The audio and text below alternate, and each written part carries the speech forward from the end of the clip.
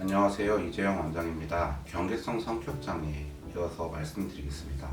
경계성 성격장애 발생에 있어서 생애 초기 아동과 양육자 사이 관계가 중요하다고 강조되고 있습니다.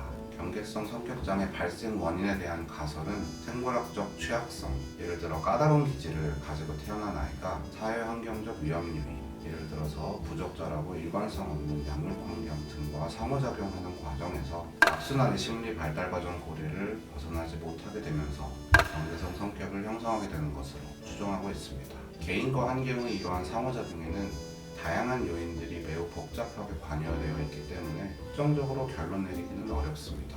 다만 어린 시절의 불안정한 애착 형성으로 인해서 자기상이 불안정해지고 애착 체계에 과도한 활성화가 생기면서 성인기의 대인관계도 불안정하고 정서 조절의 어려움, 만성적인 공허감과 자살 충동 등의 성격 특성을 보이게 되는 것으로 알려져 있습니다. 현재까지 가장 근거가 충분한 치료는 정신치료적 접근입니다. 세계적으로 발표되고 있는 다양한 치료 가이드라인에서도 가장 효과적인 치료는 정신치료라고 제시하고 있습니다. 하지만 경계성 성격장애 환자들은 질환의 특성으로 인해 정신치료 과정에서 쉽게 효과적인 치료 과정으로 진행되지 못할 수도 있습니다. 약물 치료는 동반된 증상 조절을 위해서 항정신병 약물, 기분 안정제, 항우울제, 벤조디아제핀 계열 안정제 등을 기능 손상이 있을 만큼 뚜렷한 증상을 보이는 기간 동안 사용할 것을 권장하고 있습니다. 최근에 경계성 성격장애의 정신치료에 대한 연구가 더 활발하게 진행되고 있습니다. 환자 주변에서는 환자의 충동과 분노 조절, 그리고 비난이나 거절에 대한 과민함을 줄여주기 위해서 자신의 행동이 다른 사람에게 어떤 영향을 주게 되는지 알 수 있게 도와주면서 대인관계를 좋아지도록 도와줄 수 있으면 좋겠습니다.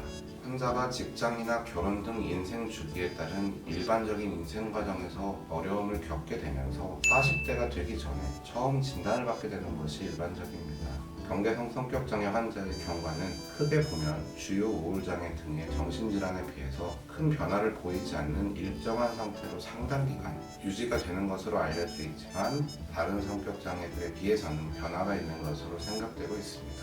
장기 추적 관찰 연구에서 조현병으로 진행한 경우는 드물었지만 주요 우울장애는 매우 흔하게 관찰되고 높은 발생률을 보입니다.